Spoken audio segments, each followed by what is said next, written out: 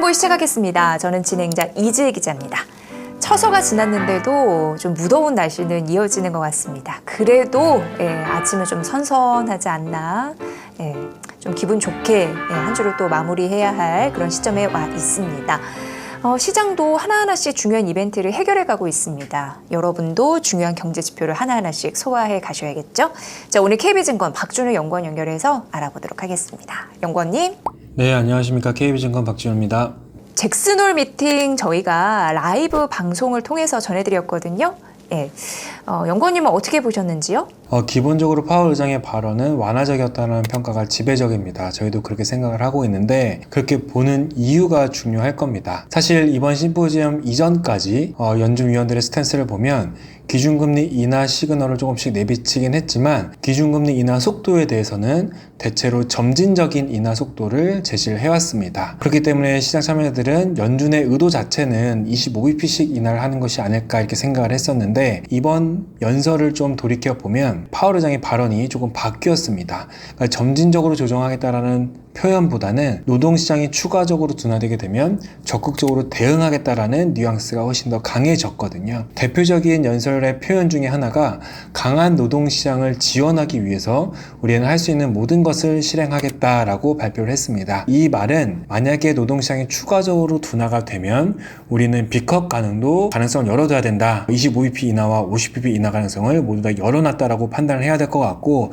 그렇기 때문에 대체로 완화적이었다라고 평가를 해볼 수가 있을 것 같습니다. 요약을 해보자면 인플레이션 리스크는 낮아졌고 고용시장이 둔화될 리스크는 높아졌기 때문에 연준은 이제 명시적으로 고용시장 쪽에 조금 더 집중해서 통화정책을 운용하겠다라는 스탠스가 확인됐다라고 보시면 될 것 같습니다.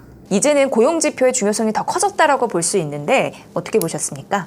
네, 잭슨홀 연설과 이어지는 지표를 좀 말씀드려보겠습니다. 파월 의장이 잭슨홀 연설에서 다양한 경제 지표들을 언급을 했는데요. 그 중에 언급한 지표가 이 졸트 보고서라는 데서 나오는 다양한 지표들이었습니다. 이 지표는 다음 주 수요일 밤에 나올 지표들인데 미국 경제의 전반적인 채용 비율, 자발적 이탈 비율, 퀴트라고 하고요. 레이오프라고 하는 비자발적 이탈, 쉽게 말하면 해고자 비율 이렇게 주요 데이터들이 많이 나옵니다. 파월 의장이 어떤 부분을 강조를 했냐면 최근에 실업률이 높아지긴 했지만 긍정적으로 보는 요인 중에 하나는 비자발적 이탈, 즉 노동시장에서 비자발적으로 이탈이 된다는 것은 해고를 당한다는 것인데 아직까지 미국 경제에서 이 해고자의 비율은 크게 높아지지 않고 있다는 점을 굉장히 강조를 했습니다. 그 외에 채용이라든지 자발적 이탈 이런 것들은 사실은 이미 많이 둔화가 됐거든요. 그러니까 신규 고용은 결국 채용과 굉장히 연관이 깊을 텐데 그런 부분들이 둔화된 것은 맞지만 아직 해고자가 많이 늘어나지 않았다라고 강조를 했습니다. 파월뿐만이 아니라 다른 다수의 연준 위원들도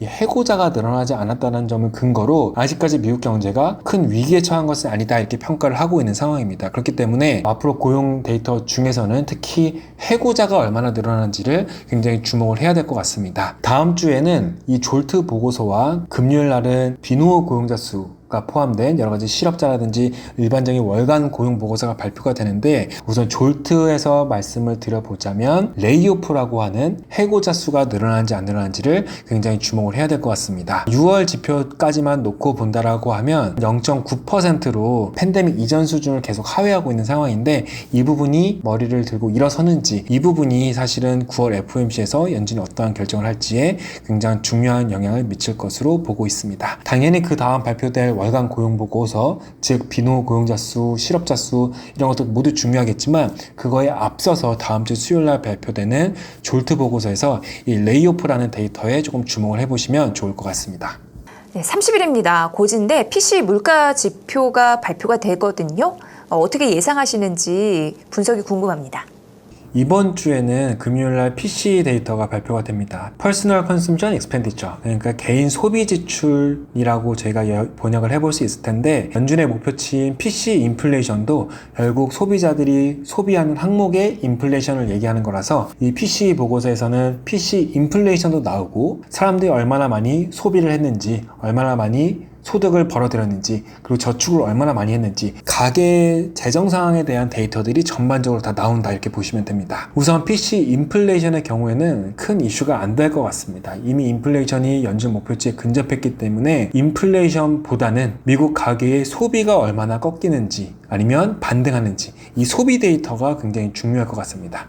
즉 PC 데이터 그 자체가 중요하다라는 뜻입니다. 이제 여기서 주목하는 부분은 첫 번째로 가계의 소득과 지출에 대한 데이터들이 전반적으로 나오는데, 최근의 트렌드를 보면 소득의 증가율은 조금 꺾이는데 소비 데이터는 쉽게 꺾이지가 않고 있습니다. 돈을 벌어야 그 돈을 가지고 소비를 할 거지 않습니까? 소득은 조금씩 증가율이 둔화되는데 소비 증가율은 오히려 높아지고 있다는 뜻입니다. 이걸 한 가지 데이터로 압축을 하면 저축률이 낮다라고 평가를 할 수가 있겠습니다. 즉 미국의 가계는 모든 가계들을 하나의 가계라고 생각을 해보면 벌어들이는 것보다도 소비를 더 많이 하고 있다, 과거 대비해서. 그렇게 보시면 될 것 같은데, 시장이 우려하는 바는 노동시장이 둔화되면 소득도 줄어들 거고 소비도 결국 꺾이는 거 아니냐, 이런 걱정들이 큰데 저희는 아직은 미국 소비 여력이 양호하다고 판단을 합니다. 왜냐하면 소비의 원천은 소득도 있지만 우리가 얼마나 많은 돈을 가지고 있는지, 자산, 더 정확하게는 순자산이 얼마인지도 중요합니다. 쉽게 말하면 저희의 월급이 얼마나 빨리 증가하는지도 저희 소비에 영향을 미치지만, 가지고 있는 주식의 가격, 부동산 자산의 가치, 이런 것들도 결국 가계의 소비에 영향을 미친다라는 뜻입니다. 가계의 소득 증가율이 둔화되는데도 불구하고 소비 증가율이 견조한 이유는 자산 자체가 늘어났기 때문이라고 판단을 하고 있습니다. 과거 데이터들을 쭉 돌이켜 보더라도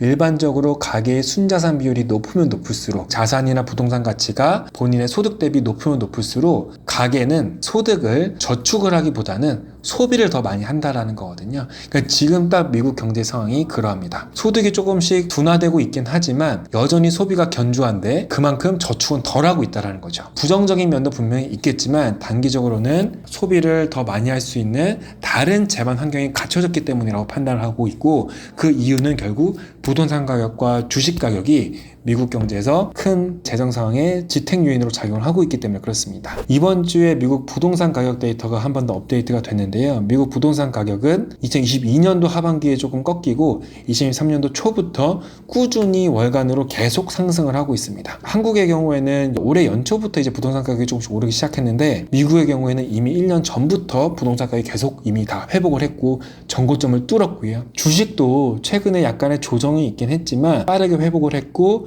2023년도 대비로는 수십 % 오른 상태입니다. 결국 미국 가계의 자산에서 가장 큰 비중을 차지하는 것이 이 부동산과 주식인데, 이 두 개의 가치가 너무나 다 올랐기 때문에 소득이 조금 꺾인다라고 해서 가계의 소비가 급격히 위축된 가능성은 이제 낮다라고 판단을 하고 있습니다. 결론을 말씀드리자면 실업률이 좀 높아지면서 시장의 침체 우려가 커지고 있습니다. 그렇기 때문에 시장은 기준금리 인하도 연내 B컷 인하 기대를 이미 반영을 하고 있는 상황인데, 저희는 소비가 여전히 탄탄할 것으로 보고 있고 결국 가계에 돈이 많기 때문에 소비가 유지가 되고 연내 기준금리 인하는 25bp씩 3번에 그치지 않을까 전망을 하고 있고, 그에 따라서 미국 국채금리 하락 여력도 지금 레벨에서는 제한적이다라고 판단을 하고 있습니다. 이번 주는 김상만 하나증권 상무님의 회사채 그 콘텐츠를 순차적으로 송출을 해드릴 예정입니다. 채찌님들 잘 보고 전략 세우실 때 그 기본 상식 알아가시면 될 것 같습니다. 채권으로 경제적 자유를 누리는 그날까지 채권부의 이지였습니다.